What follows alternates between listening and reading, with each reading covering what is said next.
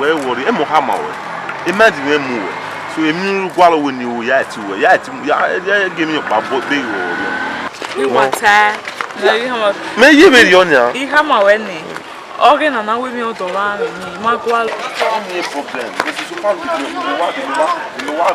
Where was you have to win. Then you have near so my anything of how we know that young road, the money, you brother the one.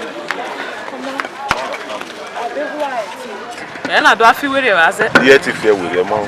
I imagine oh man, man is where.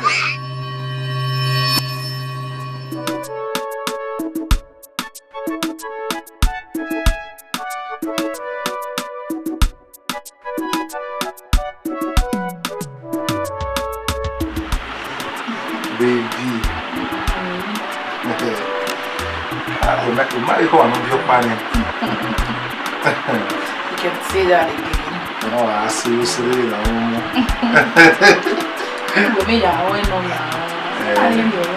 like it. Oh, you are a baby. Starting our journey. What's wrong with you?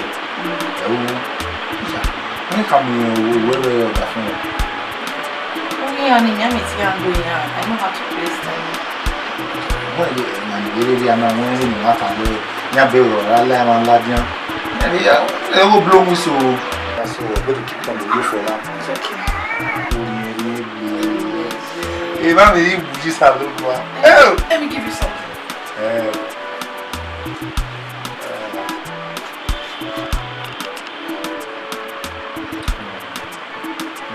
Baby.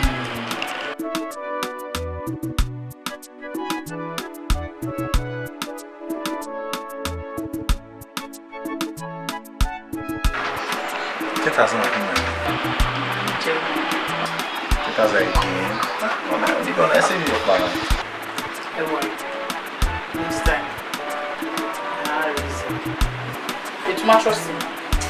Trust you so far now. When he boom, I think I never kill you after. Make a way or make a bassa. Even if you are saying, that's really bad. Even if you are saying, I'm manager, but don't you? I will be around now. We're worried now. We're my frost. Where's it? Benite. I want to get lost. Back, baby.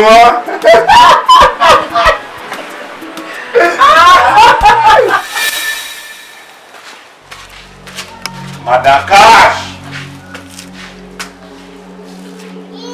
You also guy out of here.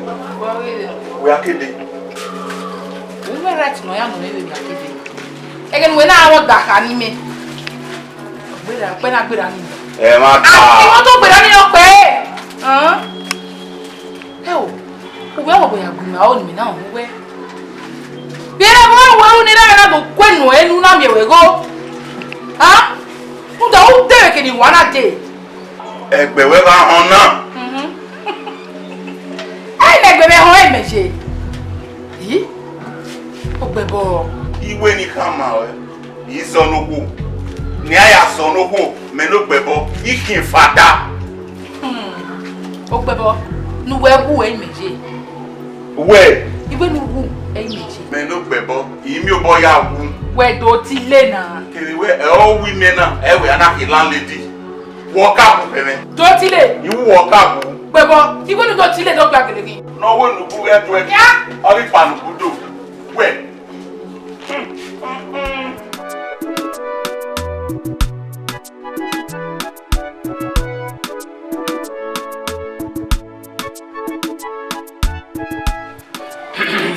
Baba. Wo agboma.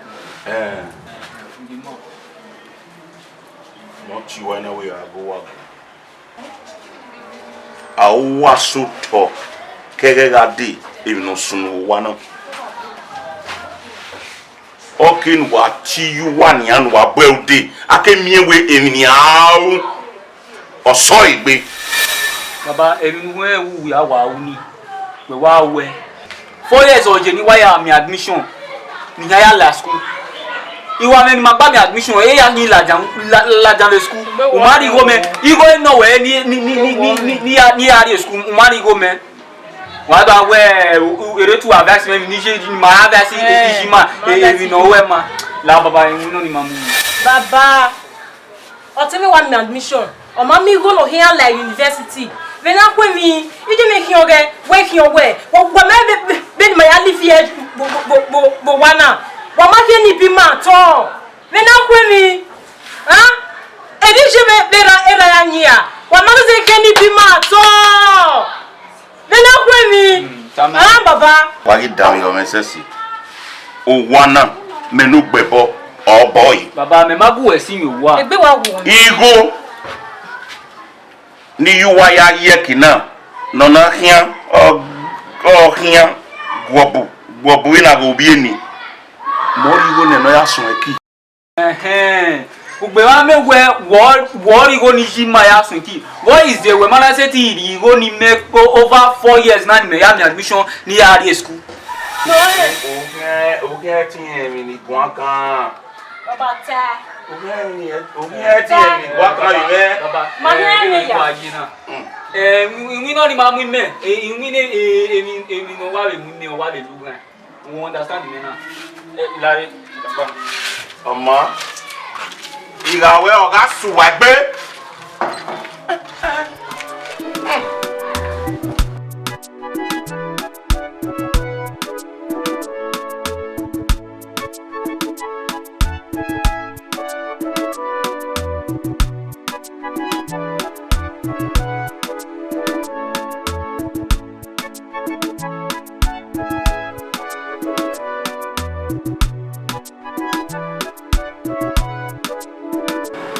Na brother.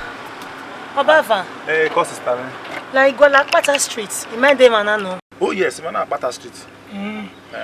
Like go number 10. Number 10. What bera? I'm not only a park you do Havana. The next house by the left. So number 10. No black in the road. Yeah. On my way say. Amana.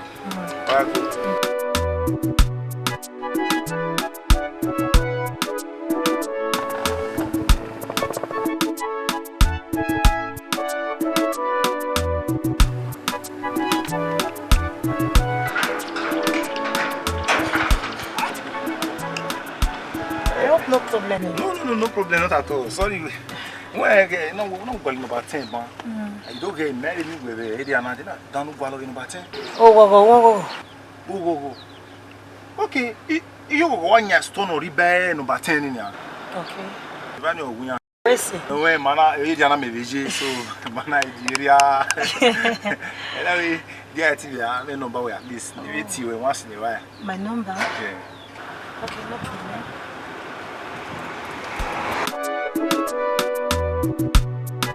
What hear me? 00 00 980 980 42 123 123. I will see. Our flash will go on. Okay. You get a moosey. Where is it? Why must it to? You're looking bad. Where see?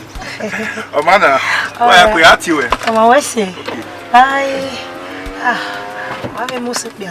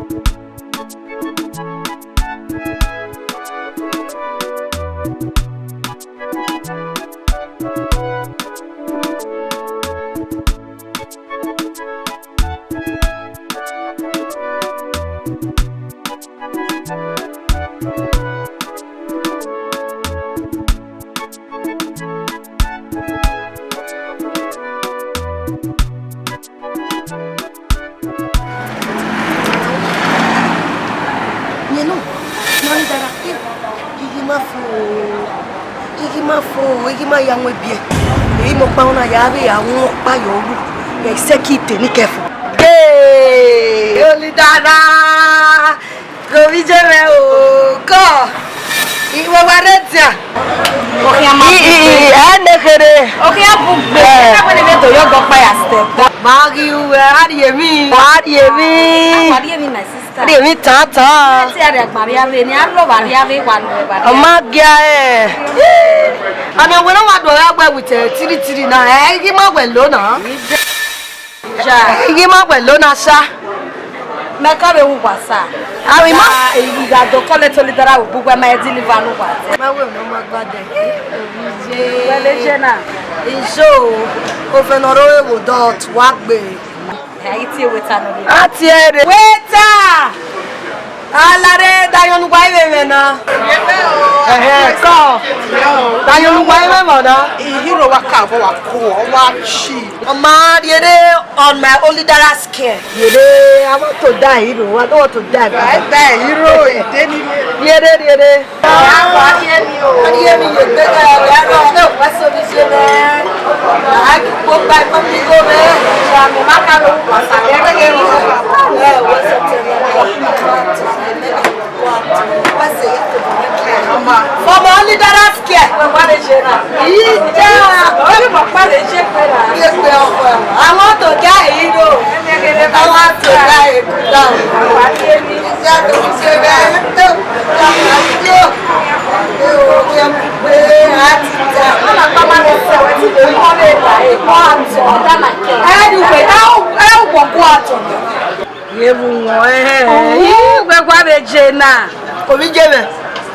I want to die a hero. I don't want to die a good dog. Egbe ọkọ ọwa chill. Ẹ̀gẹ́dẹ̀ lọ wo fẹ́ni nọ̀rọ̀ èwò dọ̀ tí wàá gbé. Ogi mo pa le jena. Igi má gbé lónàá. I want to die a hero. Don't want to die a good dog.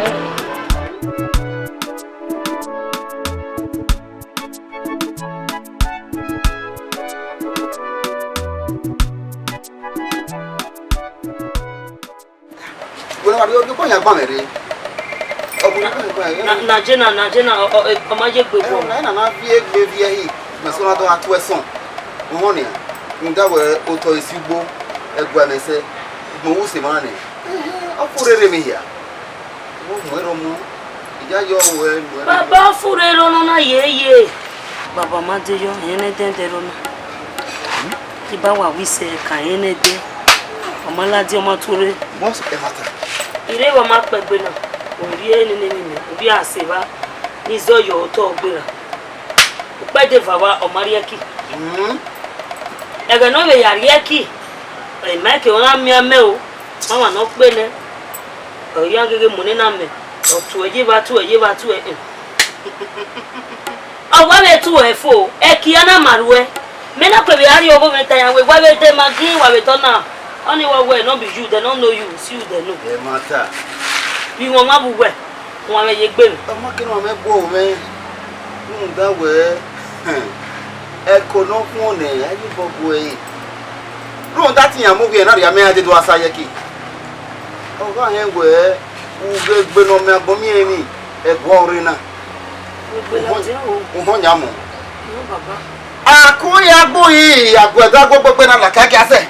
Ne kigiji no gbeneka eji mo haje na ojojo aboto tologun so lo labe na me wojogo na mo ya fi han iya wo hadija no ko mu jajo mo awo o sugbo kokko so ka no lo ka mo kokko bia lele o mo fi apore o so bo anu po wa ru nda wo re gbo mehe sugbo so wo ye gba o ka ye mo ka wo so ko gba ye geju ne da bi je ge we ya na ti ubu ye mu bi mo ha ya wa ha we ya imeto ti ayiri mi agbadia abo kakere na yo bo si mebe omo yei igi awe boto ono nana mugari owa mo munu e Papa mu yo tute badi won e we ko ari e kere a me ka bu nwanze luwe ni kama won e nwa ga e wo bi azam won e ya dwele no kai akamo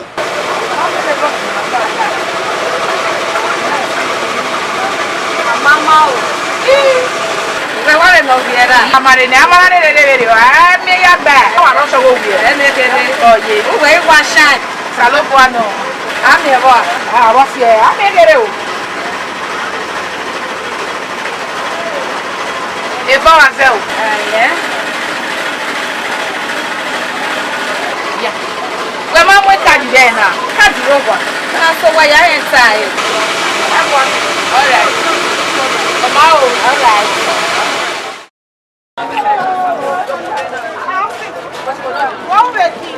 Babu, can't you dele me like? Udo demi. Iso wa we mami ewe. Isa uga ofia ewe. Wosu no, what's e gbanire? You remember that you have to say what me good. We right. What the fear we with am me? Na ye wezo. Who we igbi me yo gbi mere. O si. We are going. Emi ni medo. Boy. Do me go. Wa hia we. Boy, we work here na do a take ben na no no ta working. Me ajo. Ni bu we ajo wa. Yes. No wa me ye me ma mi say hala. Lare go we go an. Wa we. Akimi o. Le, o si lare go we go an. Okay. O si lare wo hia we. Amen. Wọ́n rẹ̀ wò náà, ọ̀pọ̀ parẹ́ na. Wọ́n mi no do re boga. Ijo. Boga no ma se mi ropa. Ona mo ya pupu. Nene mi na ha o vie, ona ha. Oni gi si owe boga na wado. Bele mi ba gbo. Wọ́n to wa Wọ́n do agbe ba mi bunga e kan. Wọ́n na be do ato me ovie bo. Wa ogun ezeyin e get mi egwale e ba ade. Na wo e deva. Oyin mi ya. Mama. Je. Já mo gore ma. Oh, me ni oni hamawe. O be nemi. Be bora da mene. Mu wale ra me, be nu ya wo ime yi bo mo boso. Bi ma ya wo e. Be we ni. Eyu wa ya we. Eyu wa ya vanu kan mo ra me. Boso nu na ye. Eyu te kaje. Me. Era. Omu me mugu. Era mu me mugu. Bia le leta o se me ni magbareki. Era wa mugu ni. Oga ne 5,000 return. Oga ne 10,020. No wa sunu na di ama. Awa na we contract 100,000. Won ni go na wa ni 50,000. Ori ni. Era, ero. Igo me go ni o ya zokan. O vanu kan nya igo ero. Ogo ni wo. Maha utowi. Amere ehubere ya. Uwa ya wesi. So pa oni ma wenu awera bebe nu ya we. Enu wetana ikebe mila rie omo 50,000 ne mo na ne. Eso oge ya ta. Le male lugwe mo anu. Vene na me go ni oloya. Era ma o ye. Le ba se ba o se meni. O ma no lele mo ka out veki. O place oda. O ko le wa ke slotare wo gbe o mama ere o ta mo ni go no. Me iya imudi ane do do kian mo bo igi o ta se ne. No ne ya zo gela ne. O gya me ya ade. Je ni ra me loya. Ni ra mo bia. Ni ra me. O ira ogo wa na. Ehe ti loya ni wo heke no loya wenu ka we ji we iwe wo we yi wo o ma ni ye unyi me we e we ma me la wo yi wenu ka ya we bi oni la o Ima oni ja ye fo wi me gwe uga ijogwe be fo no na iswe mu na nege wa do fe me inwi na idwe ki mi go wo bo Petera di quinera ya ero de du pono ya ro si e na te gweli ni show e nene bebe no go ebe go na wese ji ya we worry I hero ike na me la na school na ya be la dia we are here omo phone we bie o ji school wese Davide, on va donner boyo, il vient les mots. Just the way, just the one behind your back. Et qui m'a donné, il y a un bodyguard, il est là. Really? No, I don't want anybody to touch you. You're my one and only. You love your egg, babe. I die here. I know. I don't want to lose you. I don't fucking lose you. I'm mad. Austin, you're there now. Anahi. What about it? Austin, Anahi. No, Austin. Oh, on a busy, we're busy. Austin, on a say, hey, Jimmy. Yeah, I don't know. Don't know, Tani. You'll be ever good on it. One night. One night. Austin, a baby where? Who tell you my name? Hey, Jimmy. Where media? Austin, your girlfriend where? I don't know you. Well, if a person tell you my name, I come on money way, mommy, why? You want to my relationship? Oh, what's your Eh? No, I go see. Hey, mama is a psychiatric hospital. What chat is What time I do gualo? Do you know gualo? Babe, you go one. Yeah. Oh, wherever. Yakbolo. Who tell me when I I don't know you. Yeah, what's the leg now? Maybe I don't know. Because she looks sick too. What get combination on your? Me mark one. I want to be right. Yes, now. Go matter when now. Let's go.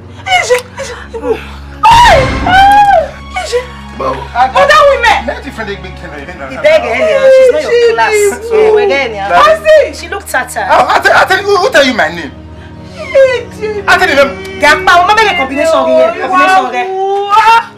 See, I don't know you. Better go to another boyfriend. Don't believe your boyfriend. Don't cause my relationship for me. Baby.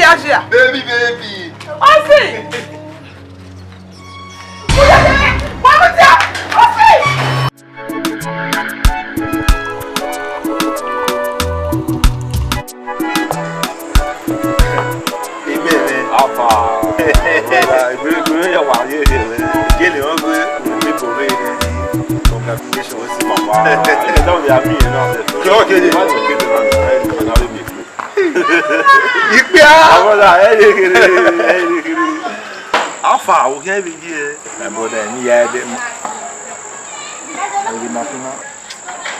I will call you now. Hey, my money. Hey, my money. Oh, got you. Maybe working. What are you home? Oh, Danny. Kukuna. Boy, Luni Mill. Oma Veme, or worry. Manaluvi Kene. We know go home. On I did go no row. So, advice in your head, you know, my brother. Advice in our why even why you only for it. Make another that way. Because we may or seven once about time, may obey no journey. May only that you body the fair at all. Make better because when the now that Sammy were here when I do not hear now. Unga, here Eva, partially a mama. Found you come upon me. Mammy Sharon, you call me one more. Again, I have learned when now.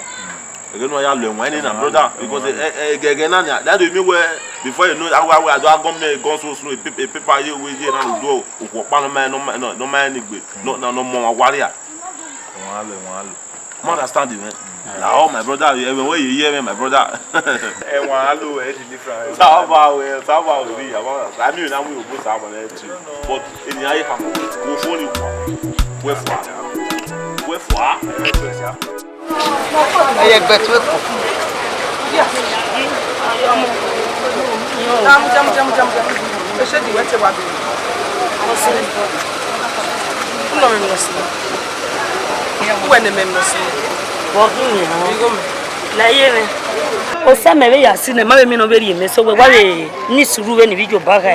I'm a patient. They know you remember. No, was I? What we must say? When the Mabe Ame was at an old home, who your home, Ndawe, imaye dewe kugoni. Bigo memeo. Bona weje. Mi ya woso. Buhari eme mansa. Deno yo go me. Buhari me very osa. Those states. Osani oye bibi nekere. Iya be mo sawuru. Deno yo gi mebo. Ibi e no zigbe. Osa gboma italo me osi. O we jo ma popular. Mo be me popular na. Gumeka mawe. Me have a time gwegwe osa abugbe ogboma. Ije etoni. Ori be na abugbe mona hai. Emata. Iye boda eti gbe me o. Me mo gbe ni ayawo nda. E ba me swing life. I'm just starting in me rock. Ri angele wuje. Emata. Kere lupe. Yi. Kere lupe. Ya mo keke. Yi. Be gumeka mawe. Won ka osa. Egwu agbera kiye. Egbe oko. Me. Egbe oko egbe my sister. Anywhere. Egbe wo egbe nu peji ya. Then the work gallant now. Who egbe oko me you lie. If you are pay, ya ba me, I will give you. So nisuru, when the video back ahead, get patient. Wow, you down mama. Don't even down back. So boni ari. Bigo me we ke ye fa wona na wari no wani ya le ya. Fa wona na wari ni wo gyan ya le. My ne. Oku no tweki. Ibo ni tweki ni rewo na. Iyan ko ka we yan ko ke ibi yan. Rewo na. Na me wori go me ni ask me ki 500 naira no ewo ma se. Bigo me oh ye 500 naira 500 ye dey. E ma ge ye dey. Ika we ye dey ye dey. Pardon sa. Ko tele. Oye na. Isaye we ke. Ire na de to be ri we na ni ko. We mari me mi je me ma order for me no. No ya ri gore o mu ni kwiku o mu ni kwiku. Ma tasin. Ko. Pardon mo. Teme 500 naira o si ezori. Iri ene no ya le lai. Owe ki ase. O do boy won pon ba. Okay no 500,000. Even 500 naira. 500 naira. Ku biata na yi. O ko numuro eta mo e no. Meme ti na mu no ko yi. Ma na we na ka we yeti we Europa. Na ya meti na Oge ni yi. Deno okay o ko mata. Deno ya mi a mi ando ba we. Ayo re ma na deno go oge boy. Ijoma we ni wa te do ba lo yo mo nu. Akin ye do ba we.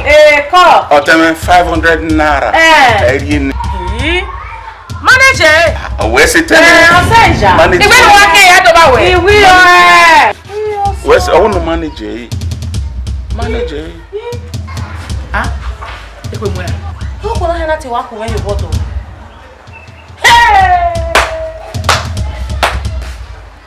No aya gbegu e. Una ya una na. Bi aka gbegbe ba. Ba aka gbegbe ba. Eni na 500 naira o si eso. Wari no wo kyan ya libe. Di o na ke duri e. Ime. Okay. Ba ma pa ngwe pa re. Ya gbe minus. O wo no gbe minus. Gbe me ke ngwe. Ime. E ga ge. Wo me ke duri.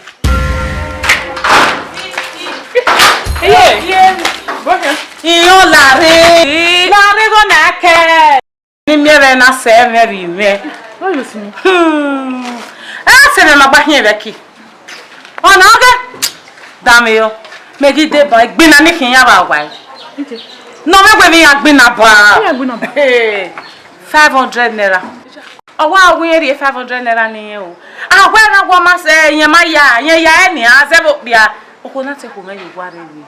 Tell me you go to rate. Maya na ngoma no carry 50,000 no ma. Odori 5,000 500.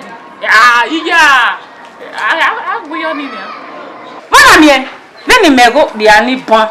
Ye make no na ya ri agbe ye no e mi 20,000 ma we 50,000 on mi. Oge ye wa va, oge no kwa. Igwi ze gege na ra no yo to.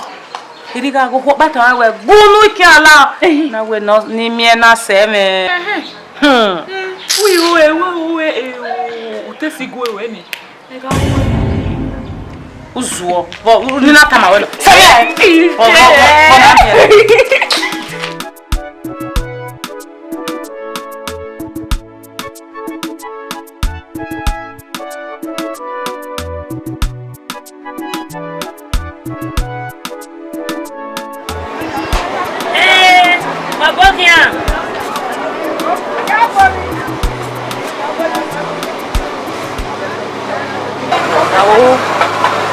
e pada ne babari emena amo wie we na amobio sena e customer ni no ni na e mana ya la ketele na pa iya gilema o iya gilema o eni tari ogaje amobio we na o udasi amobio sena oboni me ya we imi mi ame imi gu imi ologo mawo igi go nya ya amu o ina ke mo customer wale na amobio tebere mania oh e customer ya se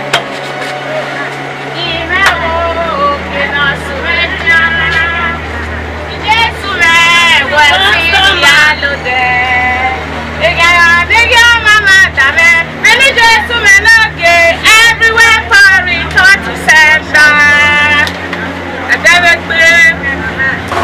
Come on, video ni meyo da boda on ni networking. Holy God, fire! Come on, video ni meyo da boda on. Holy God, fire! Holy God, fire! Fire. Teacher, let us when you wear.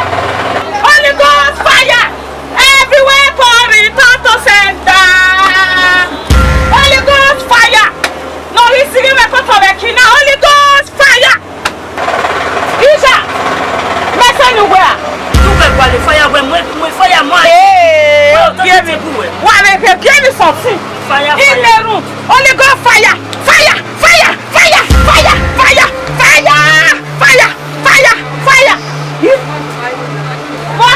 Hey! Babu Mero! Holy God, fire! Hey, go wait. Fire. Babu Mero! Holy God, fire! Holy God, fire! No give any man on networking. Holy God, fire!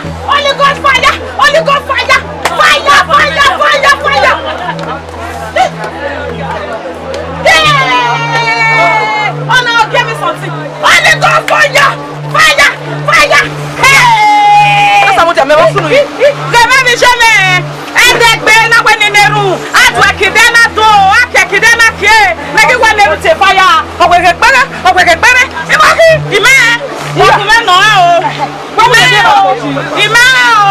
Holy God, fire!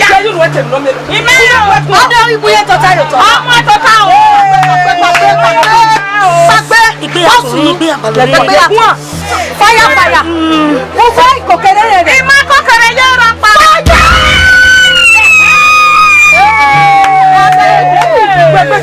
Ọ̀nà ẹ̀kí.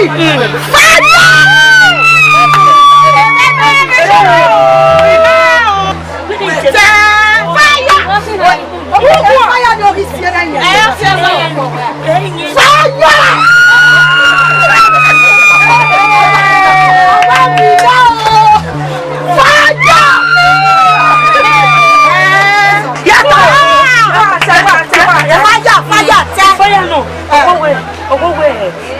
Dedegbe. Ozo lidara. Meniese. Nino bonata gbogbo e. Eri mezigo bodi eke. Eje. Enewe o. Ope wade. Neri moda. Eri oge baba o. E baba na do wuku me ona wuse. Ona we ni asema. Were ma ni we pada o. Ni we pada. Sana we pada o. Iwa we pada o. Ona tie nenemi.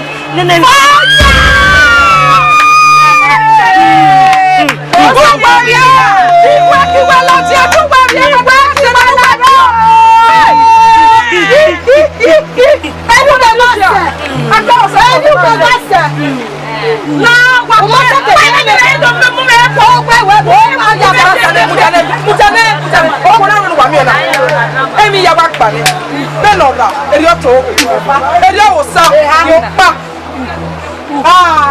la wa ye pagbe na wu fito ebu ogun saboti wishi tesi baba la ti a je ma asa ma be o ya wishi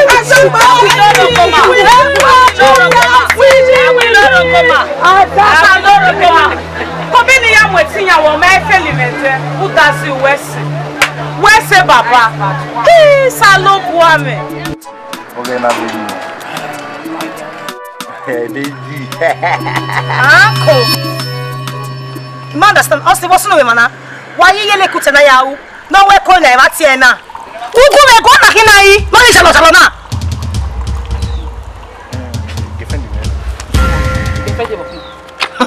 Hey, we girlfriend men. We no come when ya. O we girlfriend yen emehin. Oni gbo wo bi. Ni gbo mo. I say bi na na ya. Ja me ma come we me girlfriend ya. Tama eh. Ona be no. Ona be no. Austin. Ona here pay member. Ona here pay. Grandmama, we no tama we. O we girlfriend yen emehin. So, wana omo ibe career. Umodo.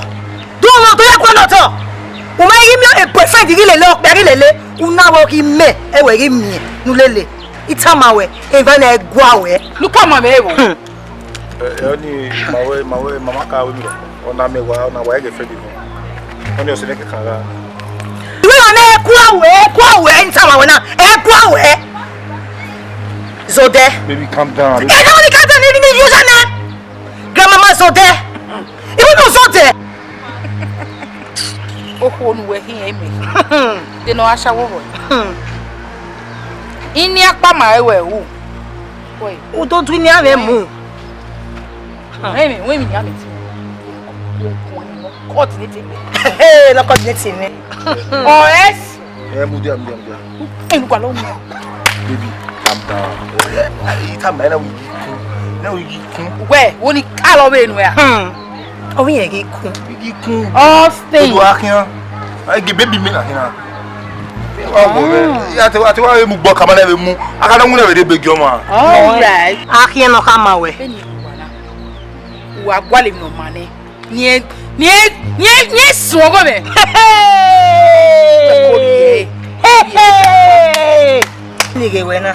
Adada we get. Oni me. Latia nu ge kwe amu eh. Wọ́n mi ni am. Madam come dey go, you wan spoil my life. Omi ye di uti me. Hey. Okay, gbe we. I told you really go along. Okay. You wan spoil my life for me? Where me life? Eh? Where me life? Only Halloween where me life na spoil. You want you have to spoil me. Don't worry. I don't want dance mo pikin o. Come dey go, madam come dey go. Come dey go. No. Dey go. You cannot do again. Want kill me for small pikin. Na first go meet your husband wherever you want done it. Whoever the girlfriend me. Want to kill me. I will not die for you.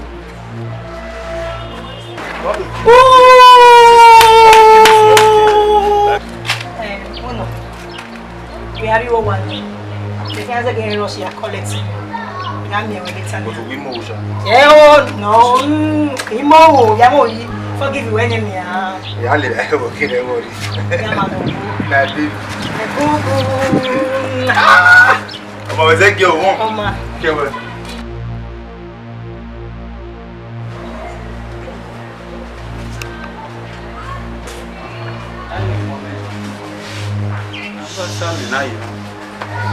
Kawa mo ya ko ni.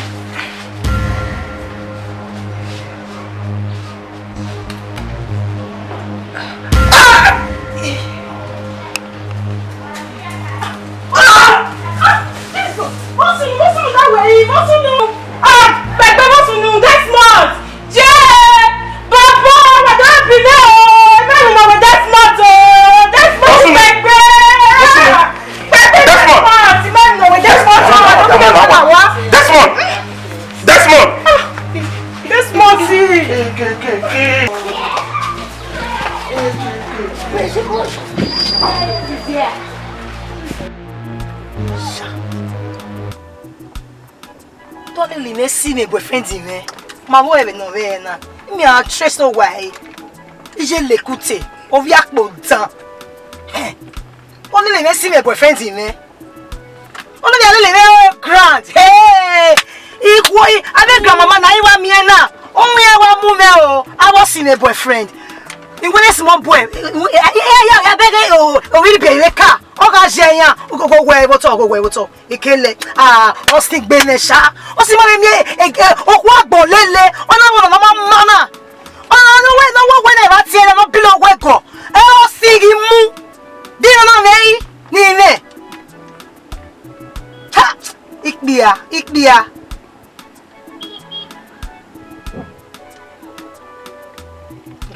Ugei o fegi eko o gi gure e biata o ma iye street oga ne o po na yeye e jalo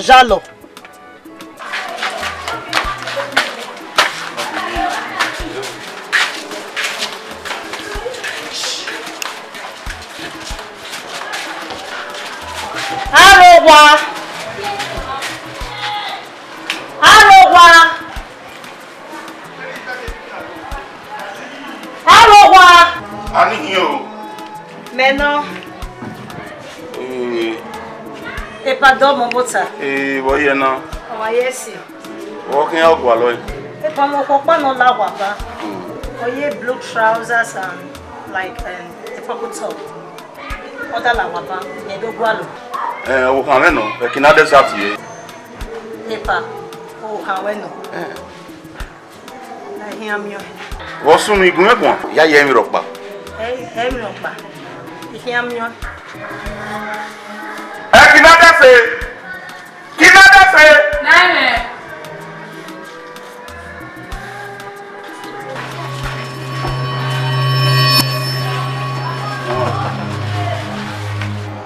Egbe mari posi we na. Se egbe posi we. E kama we ya di uti we. I mattress we so wa we ne. Laipa. Samo o kan we. We no se fesi ri ae. We no se again na ae. Odo again na mi eba. Kina dese.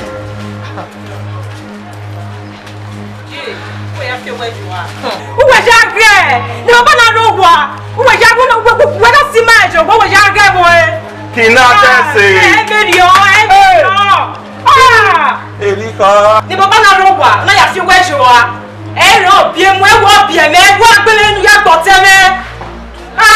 Je. Ewo umo na. Anyway. You don't want me we, madam. Ego we dey gbe mi we fa we. O de ga. Ti bi we wa. O le mu ni ka do bi yin. Mo bege na. O ka kere. O ri be na mi e, ya me mi na. O ri ku we bo be na mi e. Be mu we pe we shi no.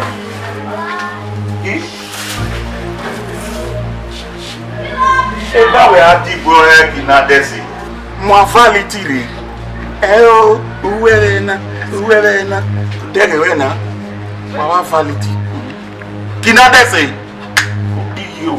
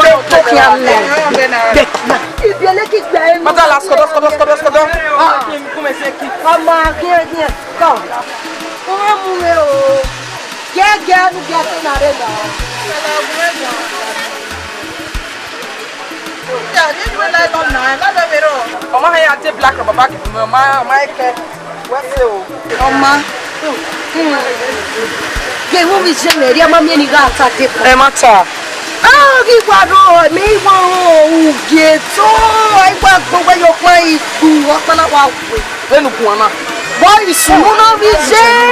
Mudiane, tenene me akpowe me mja ka temi. Negi ho awe apa ono baga dun idun wa wa ki no to awa e no ba mu Oni juni me. Ija Erika e. We ba dun je ni e we kun te. Erika e. Eta fia e. Erika e na we mi o to e be. Me tana. Benu ko na. Nekede. Eja egbo ofi ogbaji o ha. Egbo iruda. Beni ewa ati gbari apa ya memu ni. Ona fi ona fa. Ni fe na o ni fi fa wo e ma po me. Okay, bi be ka ta mu we si meji. Ogu ko na o pe no so togo. Ori so togo de na mai mi mo ro to to. Eta fia ije o. Kai mo ka ma we de. La de to se po. Aba, bien no panorama e bi tu no fa fa. Ipa ya mo ya mi na we. Akia ya wo le to be. Akia no ya bi mi be sheti. Emi o ma go par go mi ne a. Pare wo. Dingo na ibeje. Una ma. O ya ma ti we na o ha duwa. Emi wa sunu sin manya. Já vê no mano. No mano. O kan no wa. O ti so bi re kire. We a ni ko ba mo ko sin na. Okay, what's up? Ya, ta to we dia. Iya, di po ba wo po. E ka ni go be. Ana ri po ni, ana ro po ba mo po ni a. Igo ibe iton. O be ton. Enu dori go ba me ki. Kakabo? Kakabo? Ya de ba o. Ya be de ba, ya de ba no no ko bi adu e kan. Emi a be you no we go bo be dia. We be. Iri o wa no do re lu. O sa we se. Sa lo bani are re wa ke mi ewe. Efe asige school da otuere na kere. O ti se le ni. Di ko ba.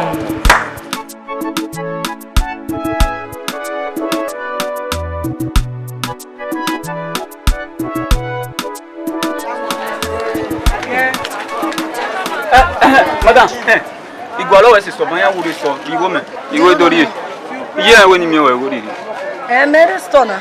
Le va se va me ve asigo gode. Mere sto si wo so go manare dori go. Iya. Me se to we ya wuri so iwa mo so lo ba we ni o we na we ri go ni me. Waru se ma ni keep me wa for good 4 years. Ni ya me admission mala settle last. Wa me je me go wa ma onu wa answer. Manari go me settle tale me. 4 years ma ti la school. Ti so ma gbogbo bo se no ma na ti re we ye school. Kina ije mo ni ke do ni ya tun ni bi ya be school. Dog is aga your bo mo we ke do ja jo egbe. 4 years ago I were gonna. Iye ye blood risa wodo. Iye ya wa blood money was on we man be are gonna. One of those way me Oma iwa mere Ghana. So man iwu we re Ghana ya gbasha we Ghana we awe. Ni me gbasha wo I me wa be to Cameroon da ki me wa be ko amo. Me ma oni me yisan ye bread. Ji jo dia sigo. Oni go me me jo wa na we ba no bi me pa na de ko Ye ju wa o. E ko so do ti wa o wa. Na bi jo e mo ta. Iri ha. Ka oni o ko se wu I je so di. So ya po butaro me. Wow. Ya yi jo ya dia si. E po support. Na mi swe. O mo to pa. Pa de pa so. Mu we mu ta wa no bi ebe. Pa no bi abi mi na. Na me ma ka bu we na no bi me. Igo no bi me. Igo na bi ebe ma ta. Wow, wa e po. Ugo ya. Ya. Iyo. Kana. Kiji. O di tara ni me na mi.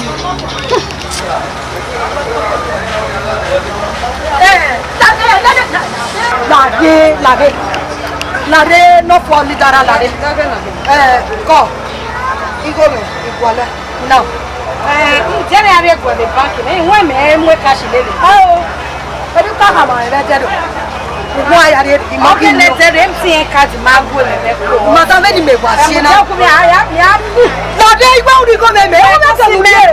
No. Me mana di gi me ni me utoge. Me ka de gere. Ya ma na bisa kekere amisa mimi no pa 175,000 ewe gba sini ni e we atemi a o we gba sini ni e o bi o kan no ma se o mo ni mi abi ona ga duro bi me pa mi go no ma sigo we me be we na Mata wa de gbete me ni. O me POS ani ri go well. I go na ma ti de. Ke wo do wo ku me temi ni na. O wa ka me me ara. Ima wa no me eni no me me. A u su na. Ko da me me wa o du gbe kan. O ma ni agbo ko ni o tra le gari 135,000. Me ma wa be money. O ba po gaga ma mi go ya ru fe. Igba ki money tara o. Panado, why go what up here? In the Panado. It's a drug, but what does it? How many go away? We got but get him my hair. In now, where get here? Ah, see the back of you welcome here. Oh, yeah. Only take go. Only go.